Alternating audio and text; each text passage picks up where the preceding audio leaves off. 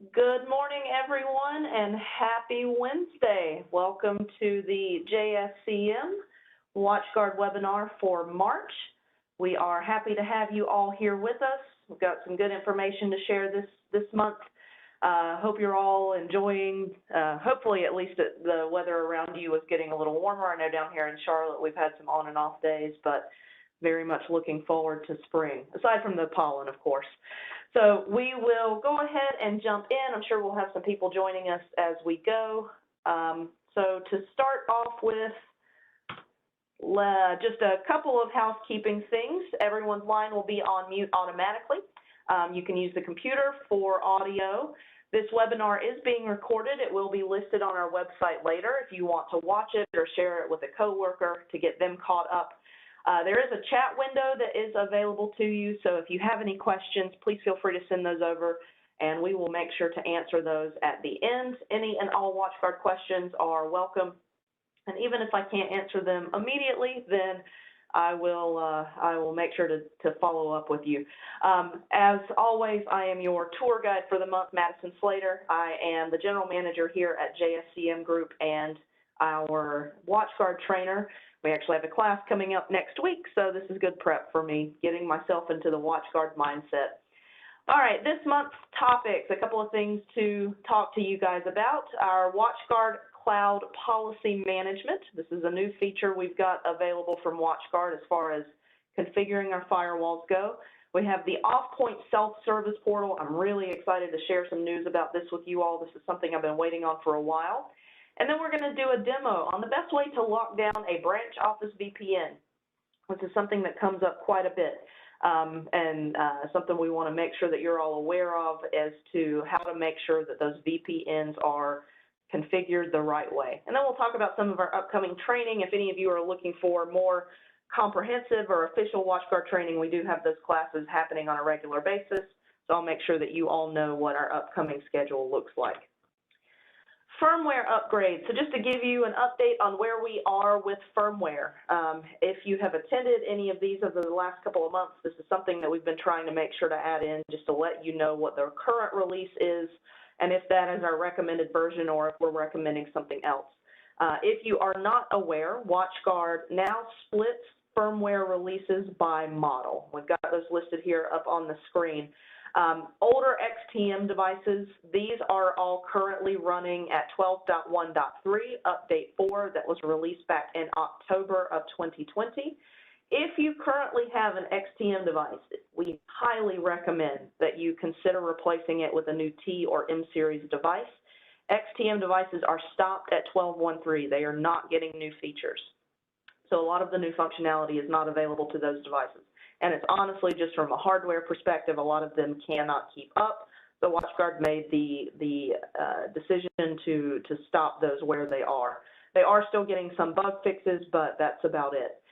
Some of our smaller T-series devices and some of our older M-series devices, the current release on these is 12.5.7. This was released back at the beginning of February. And then all of our other T and M-series devices, these are currently 12.6.4. We are running these. These are the recommended versions that we are using for these devices. Any of our clients who are under our firewall management have been upgraded to these versions. If you are currently behind on firmware, I would highly recommend that you get yourself updated.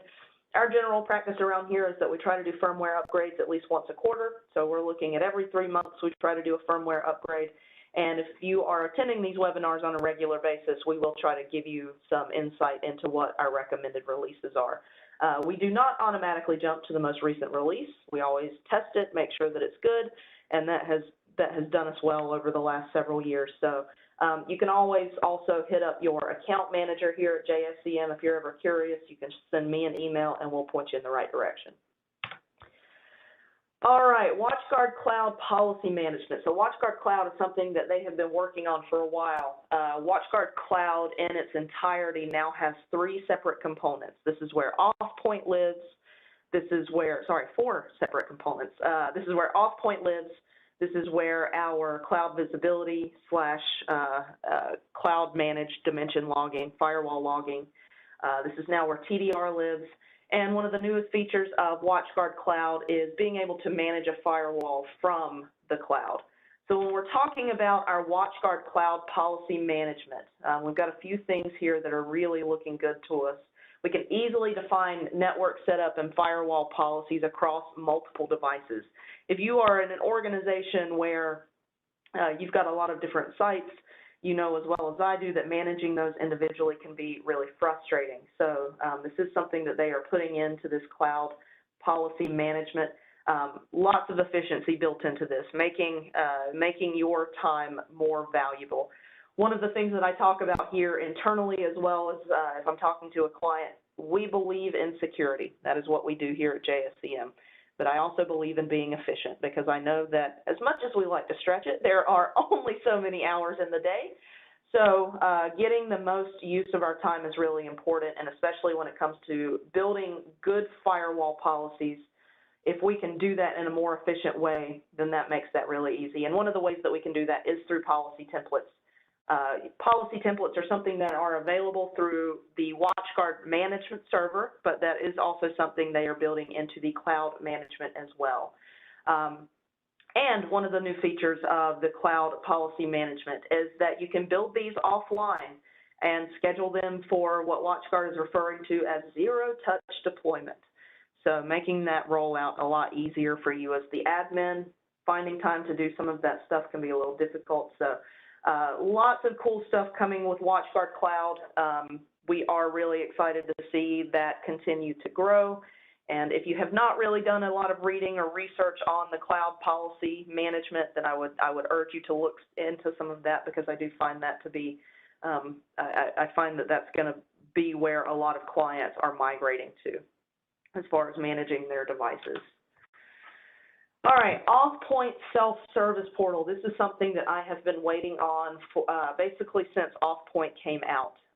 So just a little background if you are not familiar. AuthPoint is WatchGuard's multi-factor authentication, or MFA, option. We are big proponents of MFA around here, and AuthPoint itself as a service we are very happy with. We use AuthPoint here at JSCM. Anytime a client comes to us looking for an MFA option, this is our leading recommendation. And a lot of that has to do with the management of AuthPoint. Completely cloud-based system, again, all done through that WatchGuard Cloud. And it's just really easy to set up, really easy for your users. One of the things, though, that AuthPoint administrators have been running into for a little while now is getting users set up with tokens and figuring out the best way to do that. The token is what actually creates their MFA capability. And up until this point, setting up a new user, it was a little tricky. So we run into this here too. In order to get your MFA token, you have to receive an email so that you can activate it. Well, our email is protected by AuthPoint. So it's this sort of unforgiving cycle of you can't get in to get your AuthPoint token because you don't have MFA, but you don't have MFA because you don't have your AuthPoint token. So WatchGuard is now releasing this functionality. It is currently in beta, but I expect that it's going to be coming full-fledged here in the next couple of months. This is something they've been pushing really hard. The self-service portal is going to take away a lot of that hassle. So with the IDP portal, which is a function of AuthPoint, right now you can use it as a single sign-on portal with MFA.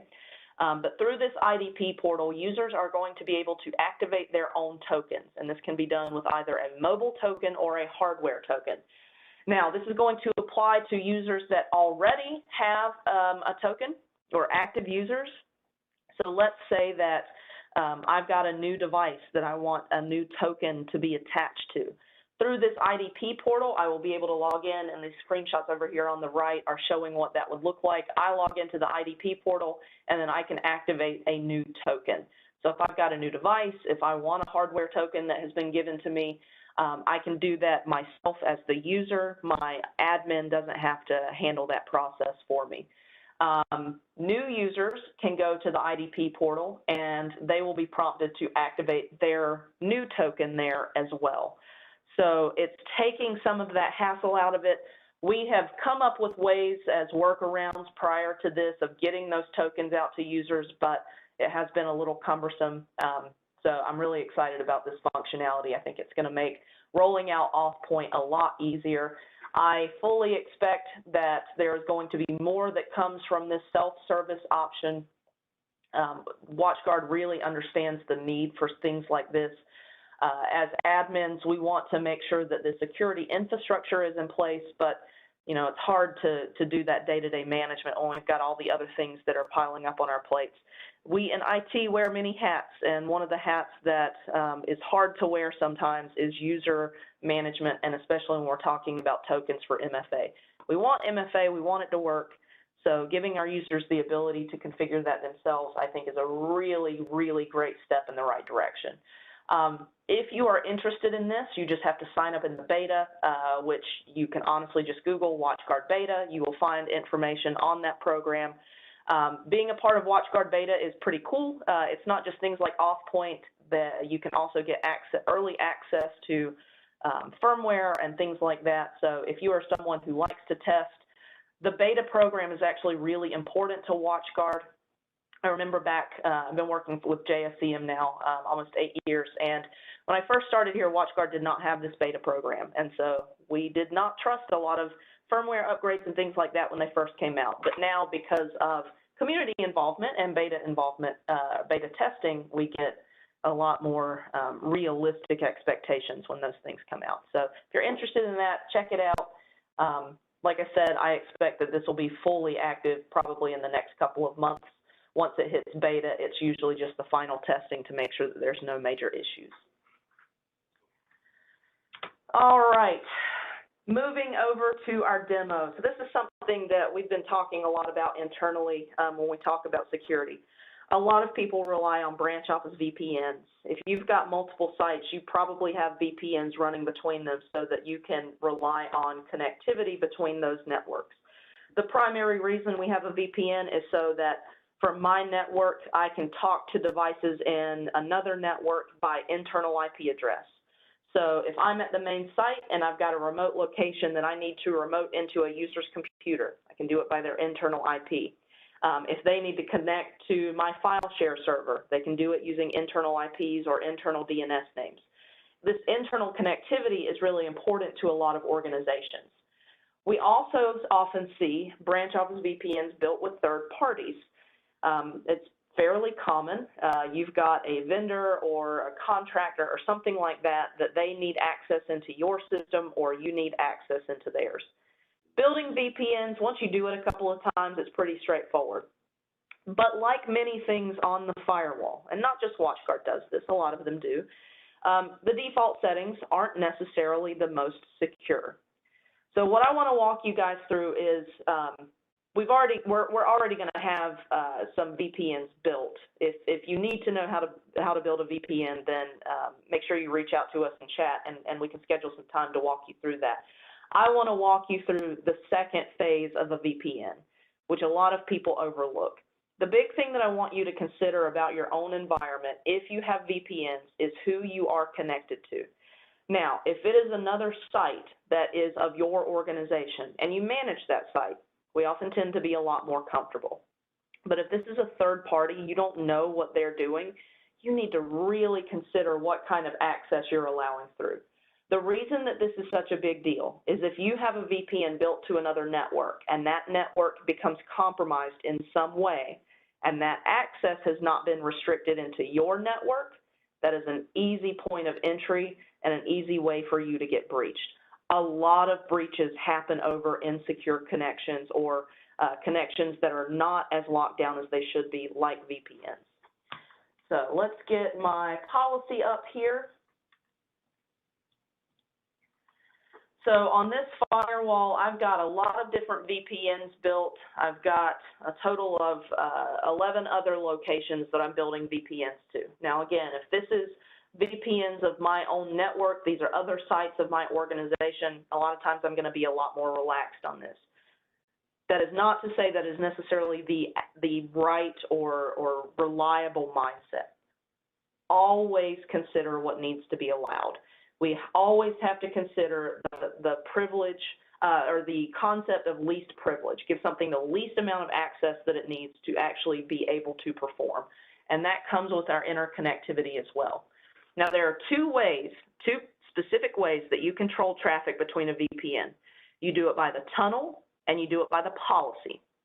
The tunnel is what specifies what resources or internal IPs are allowed to communicate.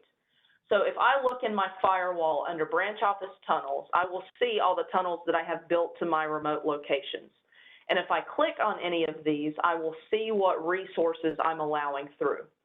So I'm allowing my full internal network to talk to the other side's full internal network. A lot of people default to this. That might be necessary, but you should always take into consideration if there are ways that you can restrict that down. So maybe I start thinking about this and realize, you know, actually the only site or the only device on my side is a server that they need access to. So instead of just full network to network access, I can always go in and change that down to a particular device. If I have multiple devices, that's okay. I can write multiple tunnels. So if I have another device inside of my network that they need access to, I can easily add that in as another tunnel. You also should consider the direction of traffic. Now, the way that these VPNs are set by default is that traffic can flow both directions fully between my networks. So if I look at any of my other sites, I can fully get to them, they can fully get to me. Take into consideration what happens if that remote site is breached. What happens if they get a piece of malware or a piece of ransomware or a compromised machine somewhere inside of their network? I have given them full keys to the kingdom over here on my side. Any device on my side, they are allowed to communicate with. So always take that into consideration. And one of the things that I urge all of our clients to do, and I'm going to urge all of you to do as attendees of this month's webinar, please don't assume that what you have in place is accurate. I urge you all to go in and do a health check on your firewalls. We do this a lot with our clients. We do policy reviews, and it's so important because, especially if you were not the one that edited that firewall, someone could have put something in there. You're assuming that it's there because it needs to be, and then you go in and realize, wait, this isn't a remote site of mine. This is a vendor that I have no idea what their network looks like. You don't know if they're actually protecting their firewall correctly or if they have proper endpoint protection in place. So what I will give you all as your to-do for this month is to check your VPNs. Make this your focus. You don't have to eat the whole pizza at once. You don't have to do a full review of your firewall, but this in particular is a very susceptible way, a very easy way for attackers to get into your network. If you can change the flow of traffic, change the flow of traffic.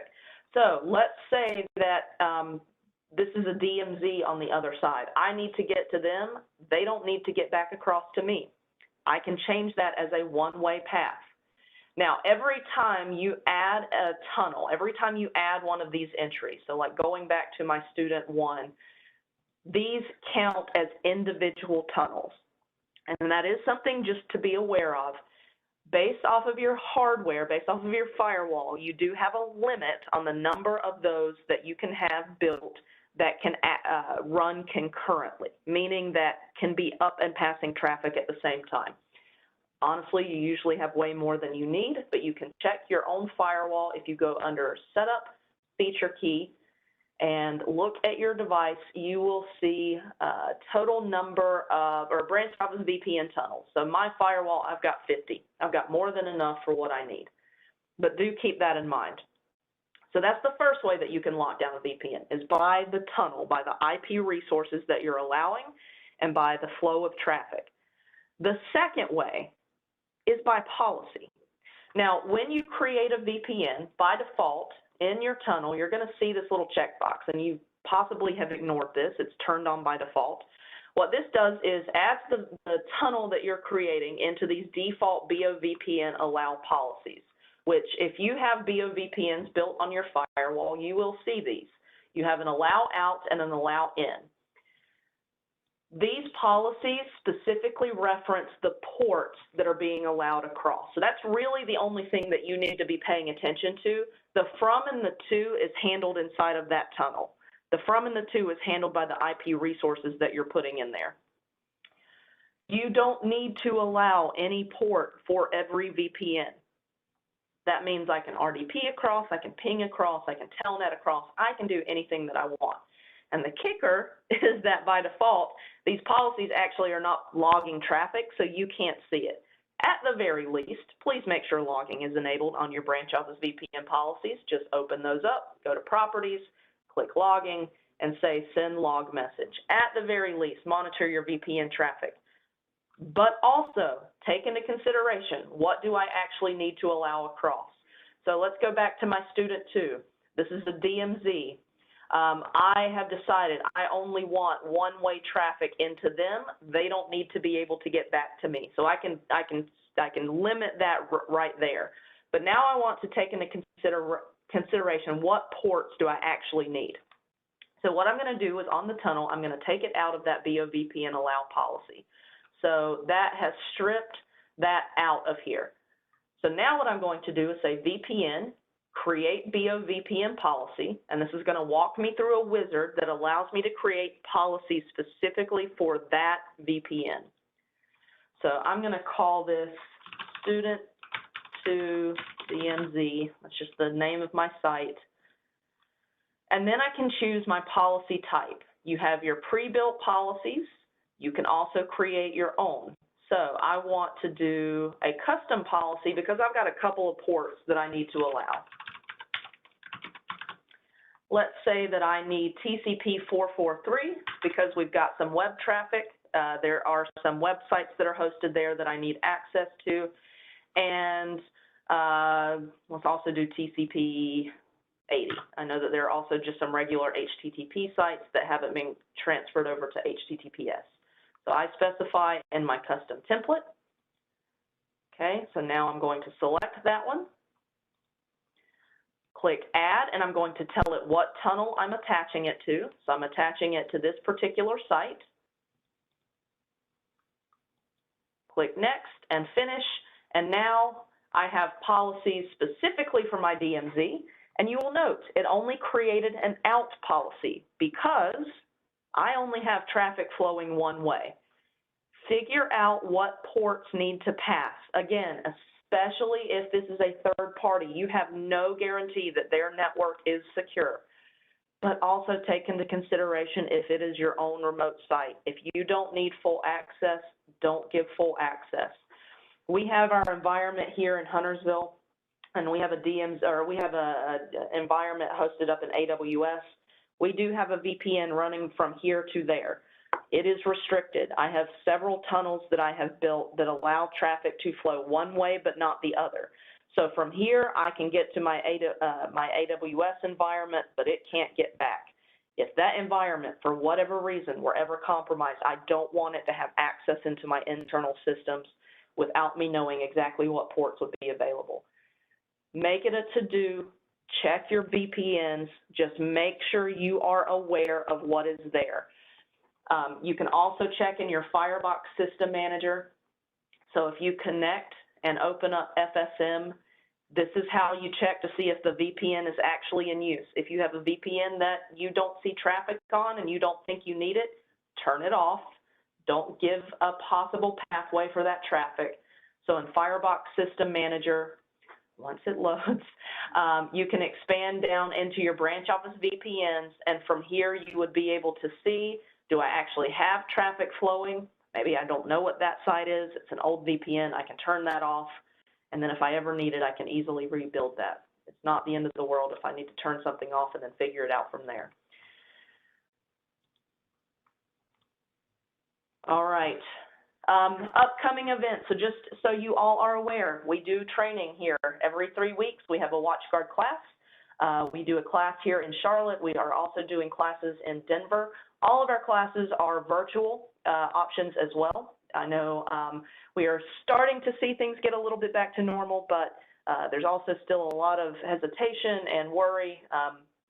So we offer all of our classes virtually. Your virtual experience is exactly the same as an in-person. You just don't have to sit and watch me. You get to watch my screen. So if you are interested in more official training, please hit us up. We are happy to get you into one of our classes. We get really good feedback about our WatchGuard training. There's a lot of good information in there. Even if you've taken it before and it's been a little while, the content has updated. Lots of new services, lots of new functionality. It's a good idea to get updated there. So contact your account manager or reach out to me. I will be happy to put you in touch with someone who can get you signed up, and you get to hear me talk for a whole week about WatchGuard. All right, and now if we have any questions, please feel free to send those over in chat. I will be happy to answer those, and so one of my account managers is here on the webinar. He wanted me to make sure to remind you there is a discount for returning students, or if you are an existing JSCM client, you do get a discount there. So there you go, Adam. All right.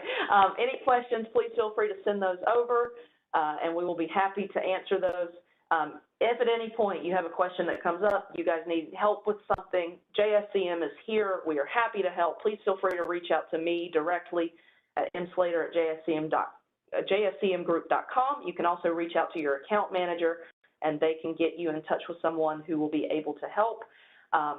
We are nothing if not passionate about what we do, and WatchGuard is definitely on the top of that list when it comes to things we're happy to talk about. So, all right, I'll give it another minute here just in case anyone has any questions.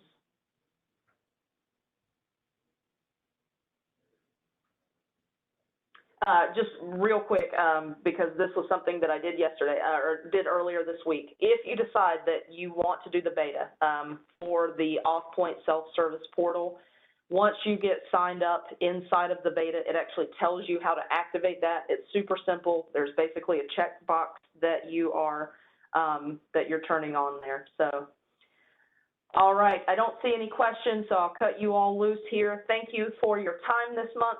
I hope you got something good out of this. Check those VPNs. Let us know if you want some help looking at them, or if you need help with anything else. I hope you all have a great rest of your week, great rest of your month, and we will see you all in April. Thanks, everybody.